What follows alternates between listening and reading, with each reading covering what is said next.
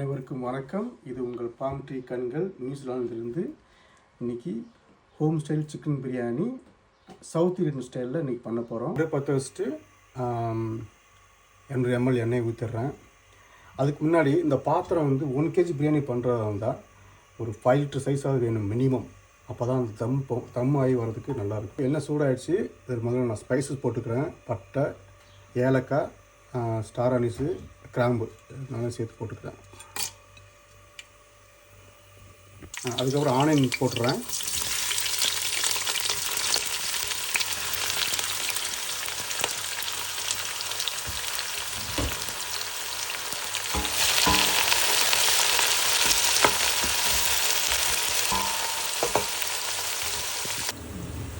இப்போது நான் உங்களுக்கு முன்னாடி சொல்ல மறந்துட்டேன். இந்த பிரியாணி இலையும் ஒரு 3 இலை போட்டிருக்கேன். அதையும் நோட் பண்ணிக்கோங்க. இப்போ ஓரளவுக்கு நல்லா ப்ரௌன் கலரில் வந்துருச்சு ஆனியனு. நம்ம வந்து சில்லி பவுடரு, பச்சை மிளகா ஆட் பண்ண போகிறோம். இது இந்த காஷ்மீரி சில்லி பவுடரு, பச்சை மிளகா ஆட் பண்ணியாச்சு. இது போட்டோன்னுமே அந்த கலர் ரேஞ்ச் வந்துடும். இந்த ஸ்டேஜில் கொத்தமல்லி ஆட் பண்ணிக்கணும். கொத்தமல்லி ஆட் பண்ணி ஃபுல்லாக நல்லா வதக்கிட்டு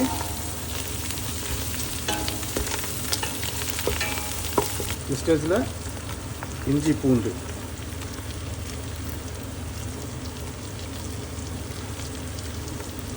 புதினா தலையும் ஆட் பண்ணிடுறேன். நல்லா வதக்கணும்.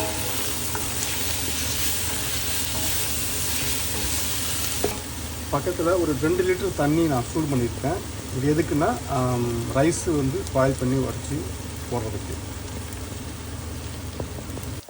இப்போது தக்காளி ஆட் பண்ணுறேன்.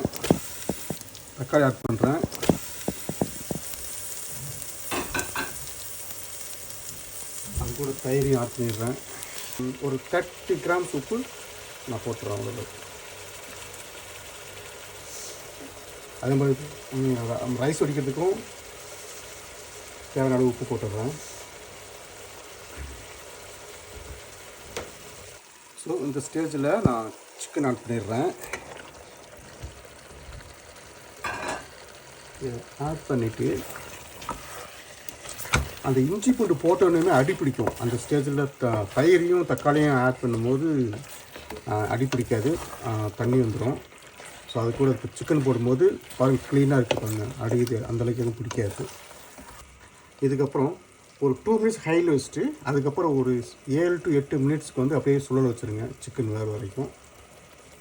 300 ml தண்ணி ஊற்றிடுறேன் ஏன் சிக்கன் வேகிறதுக்கு. அதே சேம் டைம் நான் இப்போ அரிசி ஊற வச்சு 20-25 நிமிஷம் ஊற வச்சுருக்கேன். அதை நான் வச்சு இதில் தண்ணி ஊற்றுறேன். இந்த அரிசி வந்து ஒரு ஆஃப் பாயில் ஒரு அரை பதம் வரைக்கும் வேகணும். அதை எப்படி நான் காமிக்கிறேன். இதில் இன்னொரு டிப்ஸ் என்னென்னா, அரிசி வந்து ஒட்டாமல் இருக்கிறதுக்கு ஜஸ்ட் ஒரு லைட்டாக ஒரு ஆயில் ஆட் பண்ணிக்கோங்க.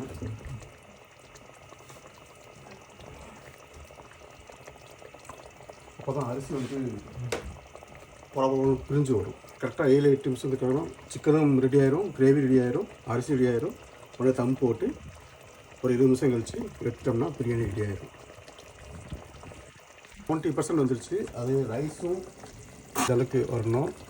அதாவது நசுக்கி பார்க்கும்போது லைட்டாக உங்களோட அரிசி நடுவில் இருக்கிறது தெரியணும். அந்த மாதிரி நான் உப்பு இதை செஞ்சு காமிச்சிடுறேன். உப்பு இதோட கொஞ்சம் லைட்டாக தூக்கலாக இருக்கணும். அதே மாதிரி ரைஸுக்கு அப்படி தான் உப்பு இன்னும் கொஞ்சம் லைட்டாக தூக்கலாக இருக்கணும். வடித்து கொட்டி தம் காமிச்சிடுறேன் பாருங்கள். இப்போது தம்பு வைக்கும்போது எப்படி பார்க்கணும் அப்படின்னா, இந்த தண்ணியும் அரிசியும் சமமாக இருக்கணும். அப்போ தான் ஒழுங்காக தண்ணி வந்து அந்த ரைஸுக்கு போய் அதை ஜஸ்ட் வடிச்சு வச்ச தண்ணியிலே லைட்டாக எடுத்து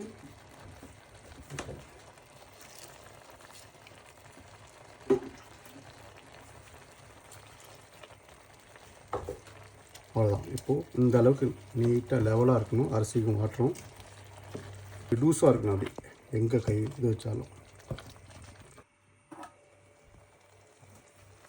கரெக்டாக 20 மினிட்ஸ் கழிச்சு நான் ஓப்பன் பண்ணிட்டேன். இப்போ பாருங்கள், ஃபஸ்ட்டு இதை பாருங்கள். ஒரு சைட்லேருந்து அப்படி அப்படி பார்த்தீங்கன்னா தெரியும் உங்களுக்கு, தண்ணி இல்லை. ஃபுல்லாக பார்த்தீங்களா, தண்ணி கிடையாது. அவ்வளோதான். இப்போது பிரியாணி அப்படி அப்படி மேலால் இருக்கிறது எல்லாத்தையும் அப்படி அப்படி திரட்டி போடணும். அப்போ தான் மேலே ரைஸ் அப்படியே ட்ரையாக இருக்கும். திரட்டி போனதுக்கப்புறம் அதுவும் சாஃப்டாயிரும். நான் பிளேட்டிங் பண்ணி காமிக்கிறேன் பாருங்கள்.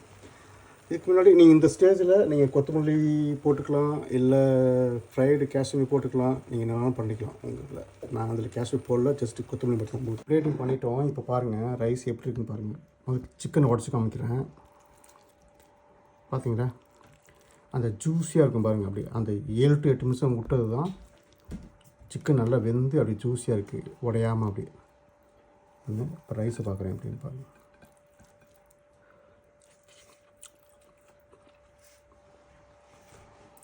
பர்ஃபெக்டாக இருக்குது. உப்பு, காரம், சிக்கன் வெந்தது எல்லாமே கரெக்டாக இருக்குது. இதே மாதிரி நீங்களும் செஞ்சு பார்த்து கமெண்ட்ஸை சொல்லுங்கள். லைக் பண்ணுங்கள், ஷேர் பண்ணுங்கள், மறக்காமல் பாம்ப்ளிக் அவங்கள சப்ஸ்கிரைப் பண்ணுங்கள்.